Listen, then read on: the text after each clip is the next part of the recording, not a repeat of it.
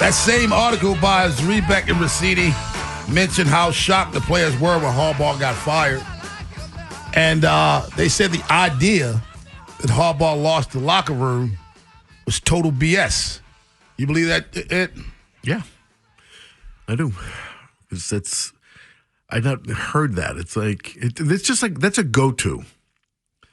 It's like that's a go-to. Lost the locker room. Oh, he lost the locker room. Yeah. He lost the clubhouse. People just throw this stuff out there. I mean, first of all, that's a very, very subjective thing as to what does it mean? You've lost the locker room. A couple of guys are bitching. Pick a place. Pick a work environment. Show me a place where, a certain percentage of the employees are not complaining about something, and certainly the boss. I mean, it means nothing to me. Absolutely nothing. You got something for me, Joe? This is from the article backing up what Ed said. One veteran player said, there wasn't the best relationship with your star players, but I don't think people were necessarily at the fed up stage. That's always an easy blanket statement when a coach has been there a long time and gets fired. But I don't remember any instances where guys thought he lost the team. Yeah, I don't believe that either because they kept fighting for it. That's what I meant. They do. There's always this, the go-to. He lost the locker room. When they stop, you know when you lose the locker room because guys stop fighting. Yeah, right. And they didn't. I mean, it's like, you have an argument with somebody, usually the opposite sex. Oh, you're just drunk. Talk to me later when you have what'd you drink? Nothing. Just you're wrong. It's like, you're wrong. And people just use, any kind of, crutch, excuse, whatever, when they have nothing else. And I don't believe you lost the locker room. 410-583-1057 is the number. You'll believe that if that's your narrative. Let's go to Rashawn in Baltimore. What's up, Rashawn? Hey, good morning, fellas. Good morning. Hey, first of all, sad to hear, sad to see Harbaugh go, though. I wish they could have worked something out where, he could have had some type of position in the organization, as an advisor somewhere in the front office or something like that. What if he wants to coach, Rashawn? If I don't want to be the advisor, if I want to coach, I want to go somewhere else and coach. Yeah, that's true. That's true. I didn't think about it like that. Yeah, he ain't 80 years old, Yeah, and another thing too, I hope that's not true about them firing him over, over the telephone like that, because at least, owner like even an owner like Jerry Jones, like when he fired people like Jimmy Johnson and Bill Parcells, he looked them right in their face, man, got in their face and said you're fired. What about when he fired Tom Landry? I wasn't around back then. No matter, but it happened. Sure. Just because you weren't around doesn't mean it didn't happen. When a man goes in his office and the key doesn't work anymore, and he has to assume that he doesn't have a job. But you never know what I heard Landry did something, What did he do? What did Tom do? He tried to never. Yeah, but never. That never happened. Do you think when tomorrow morning? Hey, what's the Steelers owner's name? What's their names? The Roonies.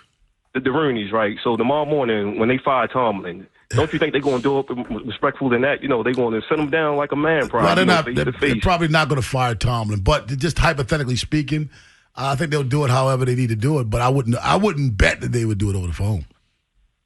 Yeah, they definitely ain't doing it over the phone, man. I don't know whether he was too busy on his boat, on his yacht, or something like that to have a one-on-one meeting with him because he's been very distant. They say he ain't been around the team. He hasn't done a press conference in years. I don't understand, man. 4 years. Just it's 4 years. Is it that? I thought it was longer than that. No, it's about 4 years. I think I read 4 years. Yeah, like come on, man. I understand, you're looking at this as a business and everything like that, but show the fans and team that you care. You ain't got to, after every game, what do you want to hear from the owner in a press conference, honestly? If things are moving smoothly in the way that when I hear from the owner, Ed, that means things aren't going right. Unless it's a new owner that wants to, get himself familiar with the fan base. Other than that, I don't want to hear from the owner. Yeah. I mean, what is this? And what are you going to get?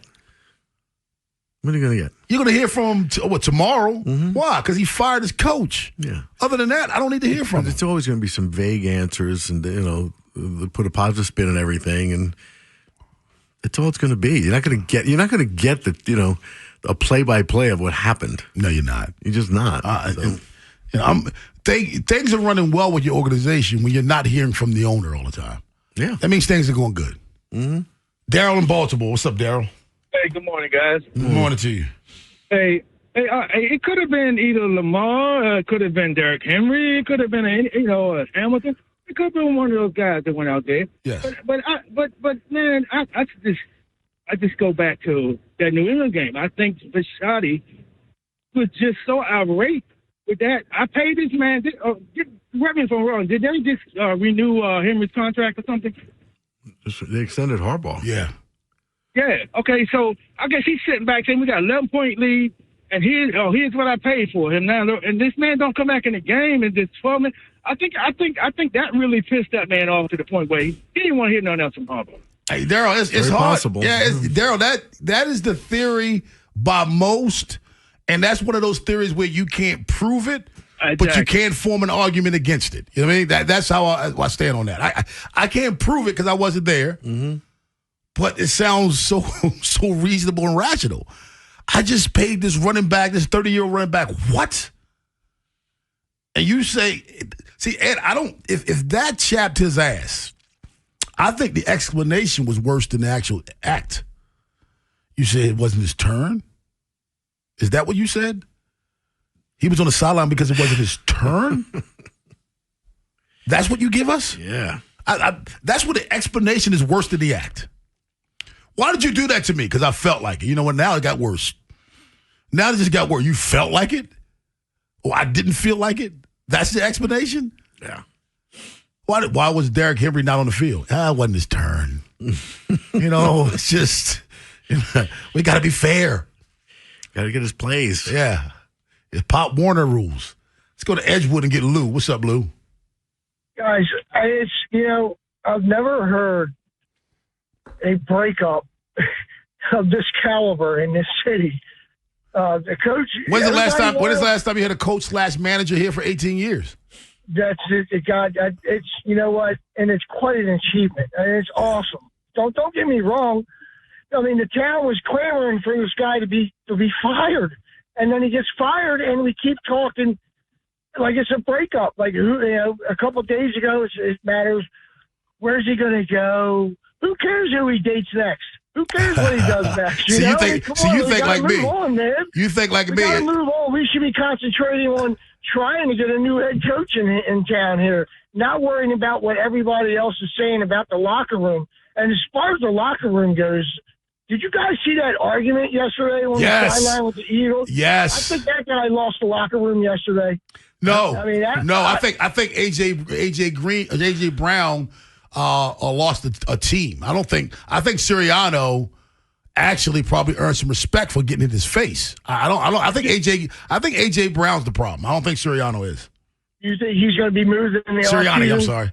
I think AJ just made his way out of Philadelphia because you are running your mouth to your teammates, then you're running your mouth to your head coach, then they come to you late in the fourth quarter and you drop the ball. Yeah, that was horrible. That on that right at the end of the game. Yeah, it was like what? Just a couple. Come 2 on, minutes left or something. Come on, dude. If you're gonna sit there and bitch about getting the ball, you better catch it when it comes your way. Antonio and Rosedale. What's up, Antonio? Good morning. How you guys doing? Doing well. How are you? Good. Happy Monday, guys. Yep. Happy Monday, my man.